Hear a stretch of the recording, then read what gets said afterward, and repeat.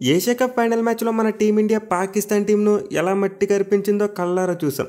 Morning video చేసుకున్నాం. అయితే ఈ వీడియోలో మనం మ్యాచ్ ముందు మ్యాచ్ తర్వాత జరిగిన కాంట్రవర్సీస్ గురించి మాట్లాడుకుందాం. మెయిన్లీ కొంతమంది పాకిస్తాన్ ప్లేయర్స్ మళ్ళీ ఓవర్ యాక్షన్ చేశారు. అలాగే మ్యాచ్ అయిపోయిన తర్వాత హైట్ డ్రామా చూసాం. పాకిస్తాన్ ప్లేయర్సే కాదు, వాళ్ళ బోర్డ్ ప్రెసిడెంట్ మోషన్ నఖ్వీ కూడా చప్రీ బిహేవియర్ చూపించాడు. అయితే పాకిస్తాన్ కెప్టెన్ సల్మాన్ ఆగా పోస్ట్ మ్యాచ్ ప్రెస్ కాన్ఫరెన్స్లో కొన్ని కామెంట్స్ చేశాడు. అండ్ అవి ఎలా ఉన్నాయంటే ఈ మంగళవారం కొటేషన్ ఏదో ఉంటుంది చూడండి, అలానే ఉన్నాయి. సో అతని పాయింట్ ఏంటంటే మన టీమిండియా క్రికెట్ని డిస్రెస్పెక్ట్ చేస్తుందంట. అంటే మన వాళ్ళు క్రికెట్ని అవమానించేశారంట. అలాగే భవిష్యత్ తరాలకు మన టీమిండియా ప్లేయర్స్ తమ బిహేవియర్తో wrong message ఇస్తున్నారంట.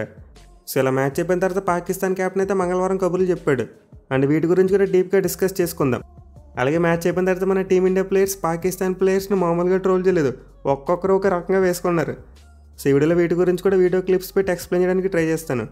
And then finally Asia cup trophy చోర్ మోషన్ నఖ్వీ, ఈ ఉడుకు మూత ముసలైన గురించి కూడా మాట్లాడుకోవాలి కదా, ఖచ్చితంగా మాట్లాడుకోవాలి. మన టీమిండియా సాధించిన కప్తో పాటు మెడల్స్ని అయితే దొంగతనం చేయగలిగాడు, కానీ అవి అయితే తిరిగి వచ్చేస్తున్నాయి. అంటే మన ఇండియాకి రప్పిస్తామని చెప్పి మన బీసీసీ భరోసా ఇచ్చింది. అలాగే మోషన్ నఖ్వీ చేసిన పనిని ఐసీసీ దృష్టికి తీసుకెళ్తామని, అతని మీద ప్రొటెస్ట్ చేస్తామని చెప్పి మన బీసీసీ గట్టిగా వార్నింగ్ ఇచ్చింది. సో ఇలా ఈ వీడియోలో అయితే చాలా ఇన్ఫర్మేషన్ ఉండబోతుంది. నేను మోస్ట్లీ క్రిస్ప్గా చెప్పుకుంటూ పోతా, అంటే వీడియోలో అంత షార్ట్గా ఉండేలా చూసుకుంటా. ఒకవేళ వీడియో పెద్దగా వస్తే మాత్రం నన్ను క్షమించండి. ఎనీవే, ఈ మ్యాచ్ స్టార్ట్ అవ్వకముందే పాకిస్తాన్ ప్లేయర్స్ ఓవర్ యాక్షన్ గట్టిగా మొదలుపెట్టారు. ముందు ది రన్ మెషిన్ హరీష్ రాఫ్ గురించి మాట్లాడుకోవాలి. ఫైనల్ మ్యాచ్ స్టార్ట్ కాకముందు గ్రౌండ్లోని పాకిస్తాన్ క్రౌడ్ దగ్గరికి వెళ్ళాడు. అండ్ వాళ్ళతో షేక్ హ్యాండ్స్ ఇచ్చి ఏవో అన్నాడు. అండ్ ఈ పిచ్చి పాకిస్తాన్ ఫ్యాన్స్ అవన్నీ నమ్మేసి అతను ఏదో ఒక బాహుబలిలా ట్రీట్ చేశారు. అంటే వస్తుంది మన పాకిస్తాన్కి సూపర్ హీరో కప్ తెస్తాడని చెప్పి ఫీల్ అయ్యారు వాళ్ళు. కానీ చివరికి ఏమైంది, ఈ రన్ మెషిన్ వల్ల వాళ్ళు కప్ కోల్పోయారు. అతను ఆడుకొని ఉంటే పాకిస్తాన్ వాళ్ళు కప్ కొట్టేవారేమో. సో ఇలా మ్యాచ్ స్టార్ట్ కాకముందు హరీష్ రాఫ్ ఓవర్ యాక్షన్ మొదలుపెట్టాడు. అండ్ అది సరిపోతున్నట్టు మన ఇండియా నేషనల్ యాంథమ్ టైంలో కూడా ఓవర్ యాక్షన్ చేశాడు. ఒకవైపు మన వాళ్ళు జాతీయ గీతం ఆలపిస్తుంటే హరీష్ రాఫ్ మరి షాహిన్ అఫ్రిది వీళ్ళిద్దరూ కబుర్లు చెప్పుకోవడం మొదలుపెట్టారు. అటు ఇటు తిరుగుతూ గట్టిగా మాట్లాడుకుంటూ మన నేషనల్ యాంథమ్ని డిస్రెస్పెక్ట్ చేసే ప్రయత్నం చేశారు. వేరేస్ మిగతా పాకిస్తాన్ ప్లేయర్స్ కుదురుగానే ఉన్నారు, వాళ్ళు ఏమీ పెద్దగా డిస్టర్బ్ చేసే ప్రయత్నం చేయలేదు. కానీ హరీష్ రాఫ్ మరి షాహిన్ అఫ్రిది మాత్రం మన నేషనల్ యాంథమ్ని డిస్టర్బ్ చేసే ప్రయత్నం చేశారు. సో ఇలా ఈ పాకిస్తాన్ ప్లేయర్స్ అయితే మ్యాచ్కి ముందు అలౌట్ చేసి మన ఇండియాని ఏదో చేద్దామనుకున్నారు. ఇన్ఫ్యాక్ట్ దీనికి కూడా ఏదో కొటేషన్ ఉంటుంది, వేయడానికి వచ్చి వేయించుకుని పోయారు ఏదో ఉంటుంది సంథింగ్. నేను చెప్తే బాగోదు, మీ అందరికీ తెలిసిలేండి అది. సో అయితే పాకిస్తాన్ ప్లేయర్స్కు ఏషియా కప్ మొత్తం బాగా యాప్ట్ అయింది. వాళ్ళు మనతో మ్యాచ్కి ముందు పోజ్ కొట్టడం, కానీ మ్యాచ్ అయిపోయిన తర్వాత బెక్ చచ్చిపోవడం, ఇదే రిపీట్ అయింది. మెయిన్లీ పాకిస్తాన్ వాళ్ళ ఓవర్ యాక్షన్ ఎలా ఉందంటే వాళ్ళు ఫీల్డింగ్ చేస్తున్నప్పుడు మన టీమిండియా ప్లేయర్స్ని చాలా డిస్టర్బ్ చేయడానికి ట్రై చేశారు. అంటే మన వాళ్ళు 20 రన్స్కి 3 వికెట్స్ కోల్పోయిన తర్వాత వీళ్ళకి కాన్ఫిడెన్స్ పెరిగిపోయింది. మ్యాచ్ గెలిచేస్తామని చెప్పి ధీమా వ్యక్తం చేశారు. దీంతో మన ప్లేయర్స్ని టీస్ చేయడం మొదలుపెట్టారు. అయితే పెద్దగా కెమెరాలో రికార్డ్ కాలేదు. బట్ మ్యాచ్ అయిపోయిన తర్వాత తిలక్ మరి శివం దుబే చెప్పారు, పాకిస్తాన్ ప్లేయర్స్ తమ నోటికి పని చెప్పారంట. అంటే డైరెక్ట్గా సెలెక్ట్ చేస్తే మన వాళ్ళు రివర్స్లో తిరగబడిపోతున్నారని చెప్పి ఇండైరెక్ట్గా సెలెక్ట్ చేయడం మొదలుపెట్టారు. ఇన్ఫ్యాక్ట్ పాకిస్తాన్ ప్లేయర్స్ ఫీల్డింగ్ చేసినప్పుడు మనకైతే కొన్ని అరుపులు వినబడ్డాయి. వికెట్ల వెనకాల నుంచి అరిచేవారు, అలాగే మన బ్యాట్స్మెన్కి దగ్గరలో ఫీల్డింగ్ చేసే వాళ్ళు కూడా అరిచేవాళ్ళు. బట్ నాకైతే మోస్ట్లీ కుక్క అరుపులని వినిపించాయి. అండ్ మన ప్లేయర్స్ కూడా అలానే అనిపించి ఉంటుంది, ఎందుకంటే మన వాళ్ళు ఈ బార్కింగ్ని పట్టించుకోకుండా బ్యాట్తోనే సమాధానం చెప్పారు. అయితే నీచులు ఎప్పుడు నీచంగానే ప్రవర్తిస్తారు మార్పు హరీష్ రాఫ్ ఒక ఎగ్జాంపుల్ అని చెప్పుకోవాలి. ఎందుకంటే బుమ్రా అప్పటికే తన వికెట్ని పడగొట్టి ఒక ఫిట్టింగ్ రిప్లై ఇచ్చాడు. ఆ ప్లేన్ క్రాష్ సెలబ్రేషన్తో చావు దెబ్బ కొట్టాడు. అలాగే రెండో మ్యాచ్ అయిపోయిన తర్వాత హర్షదీప్ సింగ్ ఆ ప్లేన్ తీసుకెళ్ళి అక్కడో పెట్టుకోమన్నాడు. సో మన వాళ్ళు ఈ విధంగా రన్ మెషిన్కి రిప్లై ఇచ్చినప్పటికీ బుద్ధి రాలేదు. మళ్ళీ అభిషేక్ శర్మ క్యాచ్ పట్టుకున్న తర్వాత ఆ ప్లేన్ క్రాష్ సెలబ్రేషన్ చేశాడు. దీంతో మన వాళ్ళు మనిషికి అయితే మాట, బట్ గుడ్డికైతే దెబ్బపడాలని కొటేషన్ ఫాలో అవడం మొదలుపెట్టారు. ఈ రన్ మెషిన్కు మాటలతోని సెలబ్రేషన్తోని రిప్లై ఇస్తే పనవదు, గట్టి కొట్టాలని చెప్పి ఫిక్స్ అయిపోయారు. అండ్ ఎగ్జాక్ట్లీ అనుకున్నట్టు హరీష్ రాఫ్ బౌలింగ్ను పశువుని కొట్టినట్టు కొట్టారు. అసలు మ్యాచ్ అంతా పాకిస్తాన్ చేతిలో ఉందనుకున్న టైంలో బౌలింగ్కి వచ్చి 3 ఓవర్స్ వేశాడు. అండ్ 3 ఓవర్స్లో మన టీమిండియా బ్యాట్స్మెన్ ఉత్తికారేశారు. దీంతో అప్పటివరకు పాకిస్తాన్ ఫ్యాన్స్ కళలో సూపర్ హీరో ఉన్న అతను ఒక్కసారిగా 0 అయిపోయాడు. వాళ్ళ సొంత ఫ్యాన్స్ ట్రోల్ చేయడం మొదలుపెట్టారు. ఇన్ఫ్యాక్ట్ కామెడీ ఏంటంటే వాళ్ళ మాజీ క్రికెటర్ వసీం అక్రమ్, అతనైతే మ్యాచ్ అయిపోయిన తర్వాత ఎక్స్ట్రా ఇన్నింగ్స్లో హరీష్ రాఫ్ని డైరెక్ట్గా ట్రోల్ చేశాడు. హరీష్ రాఫ్ ఒక రన్ మెషిన్ అని, ఇండియాకి అగైనెస్ట్గా ఎప్పుడు రన్స్ ఇస్తాడని చెప్పి డైరెక్ట్గా అనేసాడు. అది కూడా రన్ మెషిన్ అనే మాట నేను అనట్లేదు, పాకిస్తాన్ దేశం అంతా అనుకుంటున్నారని చెప్పి అన్నాడు. సో దీంతో హరీష్ రాఫ్కి మామూలు హ్యూమిలేషన్ జరగలేదు భయ్య. మొన్నటి వరకు మన ఇండియన్స్ ఎక్కువ ట్రోల్ చేస్తారు రన్ మెషిన్ అని చెప్పి. బట్ ఇప్పుడు మనకంటే వాళ్ళ సొంత దేశస్తులే ఈ రన్ మెషిన్ ట్యాగ్ని ఎక్కువగా ట్రోల్ చేస్తున్నారు. అంటే హరీష్ రాఫ్ అంటే ఒక రన్ మెషిన్ అని చెప్పి వాళ్ళకి గట్టిగా ట్రోల్ చేస్తున్నారు. సో హరీష్ రాఫ్ అనేవాడు ఎవరి బలం చూసి రెచ్చిపోయాడో ఇప్పుడు వాళ్ళ చేతే తిట్లు తింటున్నాడు. మెయిన్ విరాట్ కోహ్లీ చాంట్ అతను వదలట్లేదు. ఆ రన్ రప్స్ మెడల్ ఇచ్చినప్పుడు హరీష్ రాఫ్ పేరు చెప్పారు. అండ్ దాని వెంటనే క్రౌడ్ చూసుకుంటే బూ చేయడం మొదలుపెట్టారు. అలాగే కోహ్లీ చాంట్స్ మొదలుపెట్టారు. నిజంగా నాకైతే చాలా నవ్వు వచ్చింది. సో విధంగా హరీష్ రాఫ్కి అయితే ఈ మ్యాచ్లో మామూలు ట్రీట్మెంట్ దక్కలేదు. ఆల్మోస్ట్ అందరూ కూడా అతన్ని ట్రోల్ చేస్తూనే ఉన్నారు. మన ఇండియన్స్ మాత్రమే కాదు, పాకిస్తాన్ వాళ్ళు కూడా ట్రోల్ చేశారు. ఇన్ఫ్యాక్ట్ మ్యాచ్ అయిపోయిన తర్వాత మన టీమిండియా ప్లేయర్స్ ఇమిటేషన్ చూడాలి భయ్యా. నేనైతే ఇప్పుడు మన ప్లేయర్స్ని ఇలా చూడలేదు. అసలు ఎంత ఎంజాయబుల్ మూడ్లో కనిపించారంటే పాకిస్తాన్ వాళ్ళు మామూలుగా ట్రోల్ చేయలేదు. ముందు ఈ మ్యాచ్లో ఆ పిట్స్ ప్లేయర్ అబ్రార్ అహ్మద్ గురించి మాట్లాడుకోవాలి. సంజు శాంసన్ వికెట్ తీసిన తర్వాత తల ఊపాడు. అండ్ దీనికి రిప్లై చూసుకుంటే మన వాళ్ళు మ్యాచ్ అయిపోయి ఇచ్చారు. సంజు శాంసన్ ఎదురుగా పెట్టి హర్షదీప్ సింగ్, హర్షిత్ రాణా మరి జితేష్ శర్మ వీళ్ళు ముగ్గురు అబ్రార్ అహ్మద్ సెలబ్రేషన్ చేశారు. అండ్ దాని తర్వాత తిలక్ వర్మ మరి హర్షదీప్ సింగ్ వీళ్ళిద్దరూ పాకిస్తాన్ ఇంగ్లీష్ని ఇమిటేట్ చేశారు భయ్యా. నవ్వలేక చచ్చిపోయాం. అసలు మామూలుగా ట్రోల్ చేయలేదు పాకిస్తాన్ ఇంగ్లీష్ని. అలాగే రింకు సింగ్ కూడా విన్నింగ్ షాట్ గురించి మాట్లాడినప్పుడు ఒక బ్యాంక్ వదిలాడు. మేము ఏషియా కప్ గెలిచాం, విన్నింగ్ ర్యాంక్స్ నేను కొట్టాను, ఇది లైవ్లో రికార్డ్ అయింది, లేకపోతే వాళ్ళు క్లెయిమ్ చేసుకుంటారని చెప్పి ఒక బ్యాంక్ వదిలాడు. అయితే వీటన్నింటికంటే బెస్ట్ వన్ అభిషేక్ శర్మ వదిలాడు భయ్య. ఆ man of the tournament award తీసుకున్న తర్వాత వెళ్ళి మాట్లాడాడు. అనే టైంలో తన బ్యాటింగ్ గురించి కొన్ని కామెంట్స్ చేశాడు. పవర్ ప్లేలో నాకు ఎప్పుడు ఒకే ప్లాన్ ఉంటుంది, స్పిన్నర్స్ వేసినా ఫాస్ట్ బౌలర్స్ వేసినా గట్టి కొడతారని చెప్పాడు. అయితే చెప్పే టైంలో ప్రీమియం ఫాస్ట్ బౌలర్ అని చెప్పి మెన్షన్ చేశాడు. అంటే పాకిస్తాన్ షాహిన్ అఫ్రీదిని ఇండైరెక్ట్గా మెన్షన్ చేశాడు. అతను పవర్ ప్లేలో బౌలింగ్ చేసిన కుక్కను కొట్టినట్టు కొడతానని చెప్పి ఇండైరెక్ట్గా చెప్పాడు. అంటే ఇక్కడ కొసమరిపి ఏంటంటే Abhishek Sharma premium fast bowler అన్నప్పుడు క్రౌడ్ గట్టిగా ఇచ్చారు. అంటే చూసి అభిషేక్ శర్మ నవ్వుకున్నాడు. సో ఇలా మొత్తం మీద అభిషేక్ శర్మ ఇండైరెక్ట్గా షాహిన్ అఫ్రీదిని ట్రోల్ చేశాడు. ఇక మ్యాచ్ అయిపోయిన తర్వాత జరిగిన నైట్ డ్రామా గురించి మార్నింగ్ వీడియోలో ఆల్రెడీ కొంచెం చెప్పుకున్నాం. బట్ ఈ వీడియోలో పూర్తిగా చెప్పుకునే ప్రయత్నం చేద్దాం. సో ఎగ్జాక్ట్లీ ఏం జరిగిందంటే మన వాళ్ళు మ్యాచ్ గెలిచారు అండ్ దాని సెలబ్రేషన్స్ చేసుకున్నారు. మళ్ళీ తిలక్ వర్మ సెలబ్రేషన్ చూసాం. అగ్రెసివ్గా సెలబ్రేట్ చేసుకున్నాడు అండ్ దాని నోటికి పని చెప్పి పాకిస్తాన్ వాళ్ళకి ఏదో అప్పగించాడు. దీంతో వాళ్ళు చప్పుడు చేయకుండా అన్ని మూసుకుని డ్రెస్సింగ్ రూమ్కి వెళ్ళిపోయారు. అయితే ఆ తర్వాత చూసుకుంటే మాత్రం వాళ్ళ అవమాన భారంతోనో లేకపోతే తలెత్తుకోలేకో బయటికి రాలేదు. అంటే డ్రెస్సింగ్ రూమ్ నుంచి బయటికి రాలేదు పాకిస్తాన్ ప్లేయర్స్ ఎవరు కూడా. సో నార్మల్గా చూసుకుంటే పోస్ట్ మ్యాచ్ సెరమనీ అనేది మ్యాచ్ అయిపోయిన తర్వాత 15 మినిట్స్లో స్టార్ట్ అయిపోద్ది. ఇన్ఫ్యాక్ట్ మన టీమిండియా ప్లేయర్స్ వెంటనే గ్రౌండ్లోకి వస్తారు అండ్ ఆల్సో పోడియం కూడా రెడీ అయిపోయింది. బట్ పాకిస్తాన్ వాళ్ళు డ్రామా క్రియేట్ చేశారు. డ్రెస్సింగ్ రూమ్ వదిలి బయటికి రాలేదు. వేరే పోడియం మీద చూసుకుంటే అందరు అఫీషియల్స్ ఎక్కేశారు. మెయిలీ మూషినాకి పోడియం మీదకి ఎక్కి వెయిట్ చేస్తున్నాడు. ఇండియన్ ప్లేయర్స్ వస్తారు, వాళ్ళకి మెడల్స్ ఇద్దాం, కప్పిద్దామని చెప్పి. బట్ మన వాళ్ళు స్టార్టింగ్ నుండి ఇండికేషన్స్ ఇస్తూ వచ్చారు కదా, మూషినాకి కప్ ఇస్తే తీసుకోమని చెప్పి. దీంతో మన వాళ్ళు అతను ఉన్నంతసేపు పోడియం దగ్గరికి వెళ్ళలేదు. ఆ గ్రౌండ్ మీద కూర్చొని ఫోన్లో రీల్స్ చూసుకోవడం మొదలుపెట్టారు. అలాగే మిగతా వాళ్ళు కబుర్లు చెప్పుకున్నారు. సో ఈ టైంలో అయితే మూషినాకి ఏం చేయాలో అర్థం కాలేదు. ఏదో కవర్ చేద్దామని చెప్పి ఫోన్ తీసి ఫోన్ కాల్స్ మాట్లాడాడు.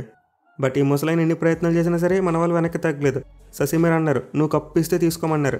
అయితే మన వాళ్ళు ఒక అరేంజ్మెంట్కి యాక్సెప్ట్ చేశారంట. అదేంటంటే కప్ మూషినాకి కాకుండా ఎవరిచ్చినా తీసుకుంటామన్నారు. మెయిలీ పోటీ మీద Emirates cricket board vice chairman Khalid ఉన్నారు. And also Bangladesh board official Aminul Islam కూడా ఉన్నాడు. దీంతో ఆర్గనైజర్స్ వీళ్ళ చేతుల మీదుగా కప్పు ఇప్పిస్తామని చెప్పారంట. అండ్ దీనికి మన టీం ఇండియా కూడా ఒప్పుకుందంట. బట్ ఆ మూషినాకి మాత్రం ఒప్పుకోలేదు.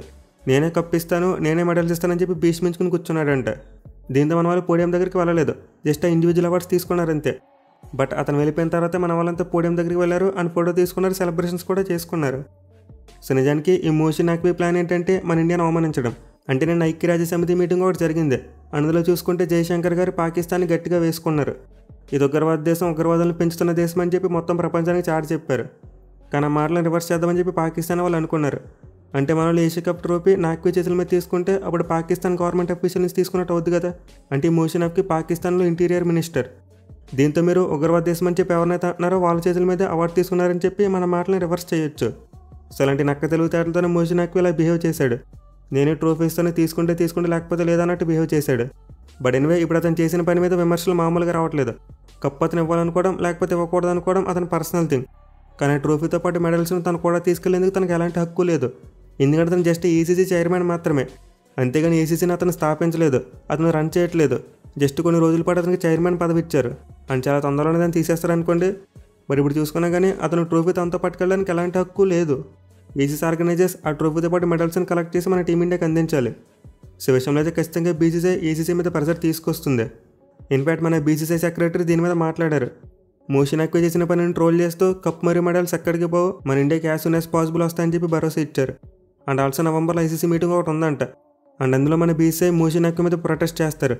అంటే అతను ఇలా ట్రోఫీ దొంగతనం చేసి పట్టుకెళ్ళిపోయినందుకు మన వాళ్ళు ఐసీసీకి కంప్లైంట్ చేస్తారు. దీంతో అతను చాలా తొందరలోనే ఈసీసీ చైర్మన్ పదవి నుంచి తీసేయచ్చు కూడా. సో మొత్తం మీద మూషినాకి అయితే తన ఉగ్రవాద బుద్ధి చూపించుకున్నాడు. ఇండియాని ఎలాగైనా సరే అవమానించాలి, తన కాలు కింద పెట్టుకోవాలని చూశాడు. కానీ మన వాళ్ళు బాబు నువ్వు పక్కకెళ్ళి ఆడుకో, ట్రోఫీ లేకపోయినా మాకు ఎలా సెలబ్రేట్ చేసుకోవాలో తెలుసు అని చెప్పి దెబ్బ కొట్టేలా సెలబ్రేట్ చేసుకున్నారు. మెయిలీ సూర్యకుమార్ అయితే పోస్ట్ మ్యాచ్ కాన్ఫరెన్స్లో మామూలుగా వేసుకోలేదు. మేము కప్ తీసుకోకపోయినా ఛాంపియన్స్ లైవ్లో అందరూ చూసారని చెప్పి అన్నాడు. అండ్ ఆల్సో నాకు ఈ ట్రోఫీ అవసరం లేదు, ఎందుకంటే ఆల్రెడీ నా దగ్గర 14 ట్రోఫీస్ ఉన్నాయి. మా ప్రతి ప్లేయర్ నాకు ఒక ట్రోఫీతో సమానం అని చెప్పి గర్వంగా చెప్పాడు. అండ్ ఆల్సో ఇతనికి ఏషియా కప్లో మ్యాచ్ విజేతతో వచ్చిన మొత్తం అమౌంట్ని కూడా మన ఆర్మీకి డొనేట్ చేశాడు. అంటే అతని టోర్నమెంట్ ఆడిన 7 మ్యాచ్ల యొక్క మ్యాచ్ విజన్ కూడా మన ఆర్మీకి ఇచ్చేశాడు. సో మరోసారి పోస్ట్ మ్యాచ్ కాన్ఫరెన్స్లో అయితే సూర్యకుమార్ యాదవ్ చాలా మంచిగా మాట్లాడాడు.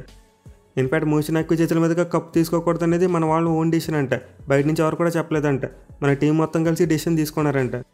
అలాగే ఇలాంటి తన జీవితంలో ఫస్ట్ టైం చూసానని చెప్పాడు.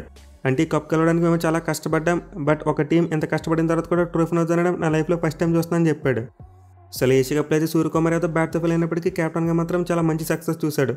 అండ్ ఆల్సో తన మాటలతో పాటు జెస్చర్స్తో మొత్తం ఇండియన్స్ యొక్క మనసును దోచుకున్నాడు.